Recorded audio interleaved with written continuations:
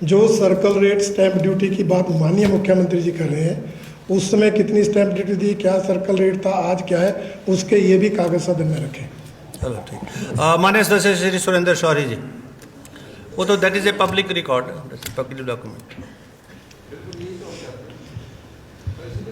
माननीय पब्लिक अध्यक्ष महोदय, document, no need to place. नियम 67 के तहत जो काम रोको प्रस्ताव यहाँ आया है, मैं उस पर इस सरकार के 2 वर्ष के अंदर जो भ्रष्टाचार और घोटाले हुए हैं उसको लेकर के अपनी बात रखना चाहूँगा।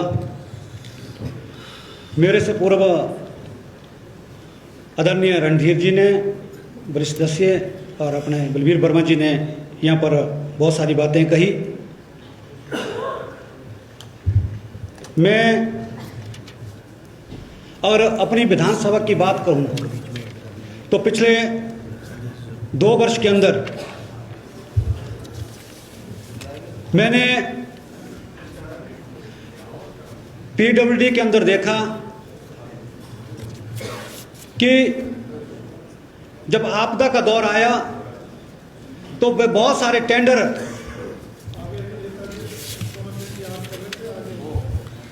हमारे डिवीज़न के अंदर लगे। और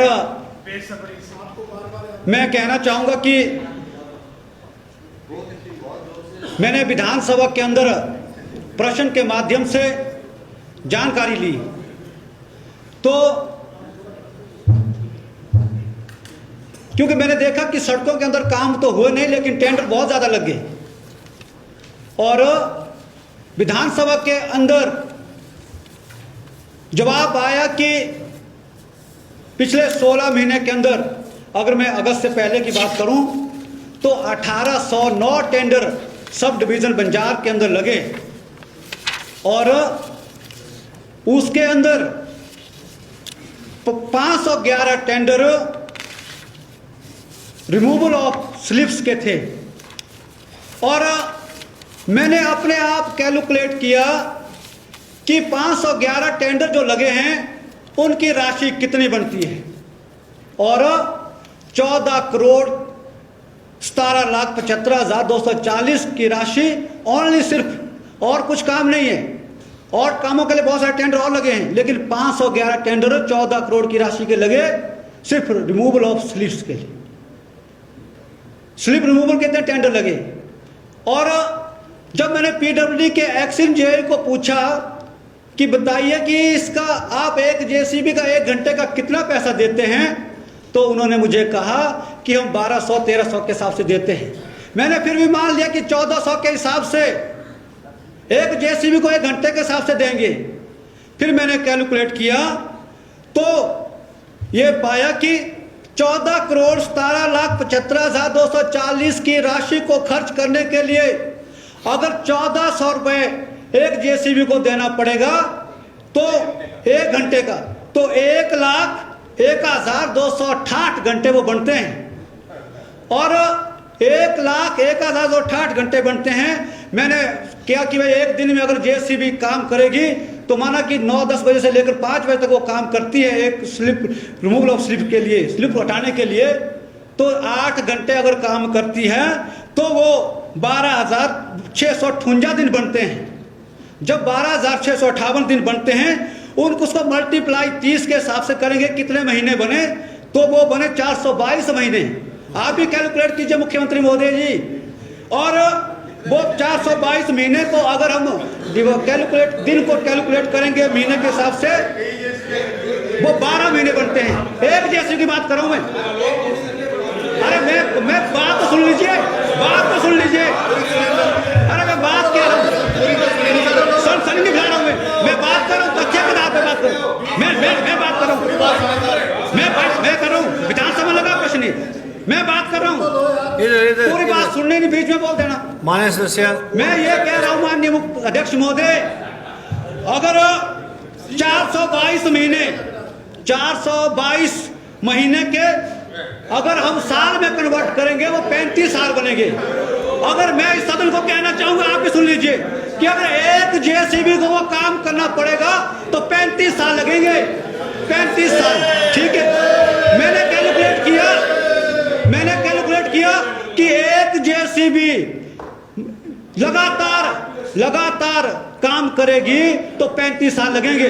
मैंने अपने डिवीजन का आंकड़ा लिया तो महोदय 35 जेसीबी अगर काम करेगी, 35 जेसीबी एक साथ काम करेगी, उनको 365 दिन लगातार काम करना पड़ेगा। मेरा डिवीजन तो 35 सड़कें नहीं है, अगर डेली काम करने का 14 करोड़ की राशि आप कैलकुलेट कीजिए, कैलकुलेट कीजिए ना please no interruption please, no Surendra Shourie ji इस तरह बोलिए, इस तरह डोंट एड्रेस। आप कैलकुलेट कीजिए, प्लीज 14 करोड़ की राशि अगर खर्च करनी हो, नो इंटरप्शन प्लीज। 1400 घंटे के हिसाब से खर्च करनी हो तो कितनी जेसीबी चलनी चाहिए, कितने घंटे चलनी चाहिए? ये घोटाला नहीं हुआ तो क्या हुआ? चलिए एक डिवीजन की बात कर रहा हूं मैं, ये रिकॉर्ड इस तरह 14 करोड़ की राशि। दूसरी बात सुन लीजिए सुरेंद्र शौरी जी इस तरह प्लीज केवल जी प्लीज डोंट, नो इंटरप्शन। इसके साथ महोदय ये पीडब्ल्यू का घोटाला मैंने रख दिया, उसके साथ कुल्लू जिला के अंदर एक पेपर का घोटाला हुआ पंचायती राज के अंदर।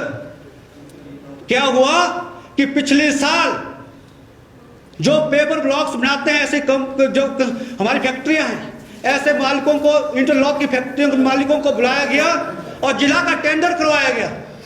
डीसी ऑफिस में टेंडर होता है और पेपर के रेट उसमें फिक्स होते हैं, मनमाने रेट कि 80 mm का पेपर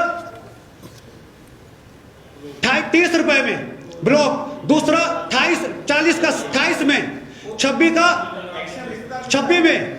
चलिए इस तरह हुआ क्या, बात सुन लीजिए, इस तरफ बता रहा हूं, एक बात तथ्य के आधार पर कर रहा हूं। Please no interruption please. फिर क्या हुआ इस तरह अध्यक्ष महोदय, फिर क्या हुआ? जितनी भी पंचायतें हैं उन्होंने सिर्फ पेपर का काम किए और एक पंचायत के अंदर 80 लाख के पेपर लगे और पेपर किए। और उसके बाद क्या हुआ, आगे सुन लीजिए, उसके बाद क्या हुआ? इस वर्ष जब उनको पता लगा, अधिकारियों को पता लगा कि भाई इस तरह का पेपर का इतना बड़ा घोटाला हमने किया है, एक्सपोज हो गए, इस बार फिर वही टेंडर आता है, रेट बढ़ जाते हैं, सीमेंट महंगा होता है, बजरी के रेट बढ़ जाते हैं, इस बार वही टेंडर होता है तो जो पिछली बार 28 रुपए में गया था वो 14 रुपए में आता है, वो 16 रुपए में आता है, वो 18 रुपए में आता है, जो 40 mm का, 60 mm का, 80 mm का। बीच का एक पेपर के अंदर 12 रुपए 15 रुपए पिछले साल ज्यादा था। इस बार क्या कारण है कि भाई इस बार क्या है कि रेट के रेट बढ़ गए, बजरी के रेट बढ़ गए, सीमेंट के रेट बढ़ गए, लेकिन रेट डाउन आ गए। बीच का घोटाला डिस्ट्रिक्ट ब्लॉक, डिस्ट्रिक्ट एडमिनिस्ट्रेशन ने किया, किसकी मिलीभगती से किया। आज अगर पंचायतों के अंदर जाएंगे, उसके बाद सुन लीजिए इसके आगे क्या हुआ अध्यक्ष महोदय। इसके आगे ये हुआ कि जिन जिन पंचायतों ने मनरेगा के तहत पेपर की डिमांड की, फैक्ट्री जो कंस्ट्रक्शन फैक्ट्रियां उनके मालिकों के खाते में एडवांस में पेमेंट हो गई। 50 लाख लेके करोड़ के एडवांस पेपर फेंके नहीं। जब इंक्वायरी हुई, आज आप देख सकते हैं कुल्लू जिला के अंदर पंचायतों के अंदर क्या है, सड़कों के किनारे पेपरों के ढेर लगे हुए हैं। जैसे इंक्वायरी हुई, यानी कि इतने बड़ा घोटाला उसके अंदर हुआ। अध्यक्ष महोदय ये देखिए, इसके बाद अभी कुछ दिन पहले मेरा कुल्लू में जाना हुआ। मैंने पूछा कि दशहरे को खत्म हुए 1 महीना 1.5 महीने से ज्यादा समय हो गया, कुल्लू के अधिकारी दशहरे की पार्टी मना रहे थे।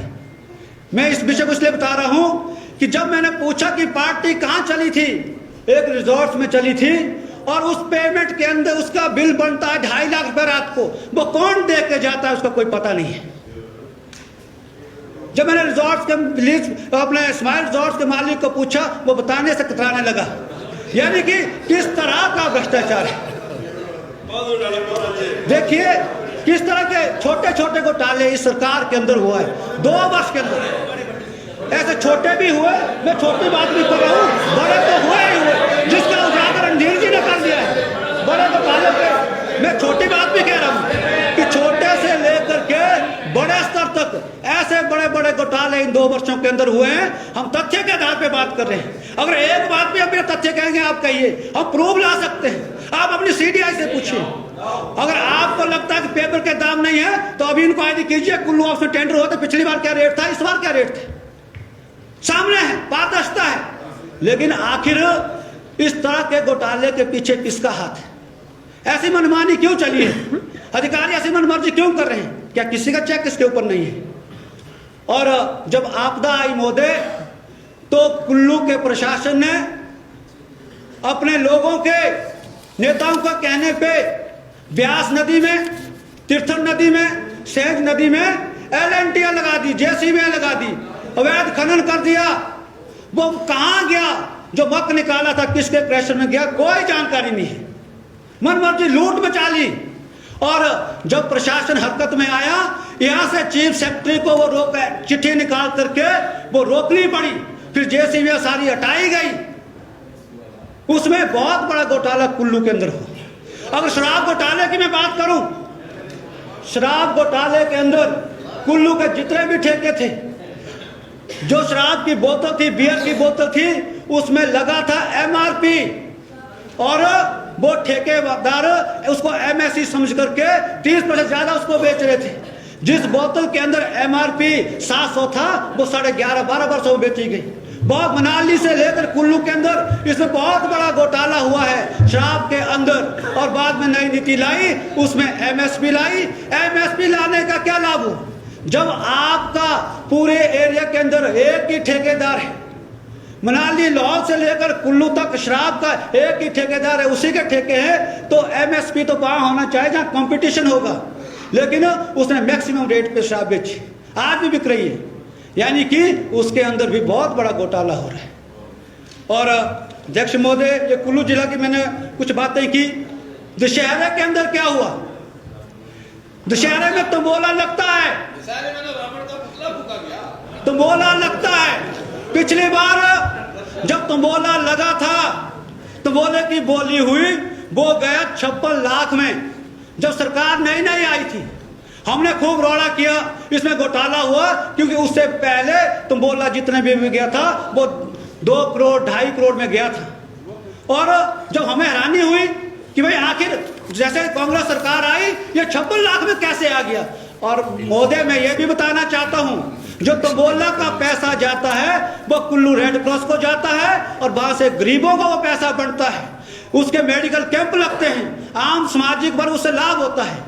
और जब हमने खूब रोड उसका शोर शराबा किया, इसमें घोटाला हुआ है, इस बार फिर दशहरा आया, और इस वर्ष कितने में क्या तंबोला 2 करोड़ 12 लाख में गया। क्या कारण है कि पिछली बार 56 लाख में गया जैसे आपकी सरकार आई थी? जांच का विषय है। इसलिए ऐसे घोटाले इस सरकार ने किए हैं, ऐसे बड़े बड़े घोटाले इस सरकार ने किए हैं। और आप हमें कहते हैं कि तथ्य, ये एक एक तथ्य है, एक एक बात के पीछे सच्चाई है। इसलिए बहुत प्रदेश के अंदर बड़े घोटालों की बात रणधीर जी ने की है, अपने बलवीर जी ने की है। लेकिन मैंने जो विषय 2-4 ध्यान में लाए हैं, मैं चाहता हूं कि आने वाले समय में अधिकारियों की मनमानी नहीं चलनी चाहिए, और ये आपने जो घोटाले की सब चीजों की जांच होनी चाहिए। मेरे अंदर शील स्वराज जंगल के अंदर पेड़ काटे गए, मैंने यहाँ विषय रखा गया, उसकी कोई जांच नहीं की। हमने कहा कि इसकी जांच कीजिए, पेड़ बहुत काटे हैं। सरकार ने आनंद फानन में 17 पेड़ों का वो डैमेज रिपोर्ट काट दी, जबकि पेड़ 250, 300, 400 काटे थे। लेकिन ये सरकार दोषियों को बचाना चाहती है, और इंक्वायरी भी फॉरेस्ट विभाग के अधिकारियों ने उसमें की। इसलिए मैं भ्रष्टाचारियों पर नकेल कसी जानी चाहिए। और ये जो भ्रष्टाचार इस प्रदेश के अंदर हुए, ये भ्रष्टाचार आपको लगता नहीं है? जो मैं यहाँ आरोप लगा रहा हूँ, जो कह रहा हूँ, एक एक चीज के पीछे सच्चाई है। इसलिए मैं कहना चाहूंगा माननीय मुख्यमंत्री जी, थोड़ा सा ये भ्रष्टाचार और घोटाला करना बंद कीजिए। कहीं ना कहीं किसी न किसी को इसकी सजा मिलनी चाहिए, और एक जगह कहीं सजा मिलती है, पूरे प्रदेश के अंदर ना जाने कैसे हालात हैं। चलिए, इसलिए प्लीज। माननीय अध्यक्ष महोदय, आपने मुझे बोलने का समय दिया, आपका बहुत बहुत धन्यवाद।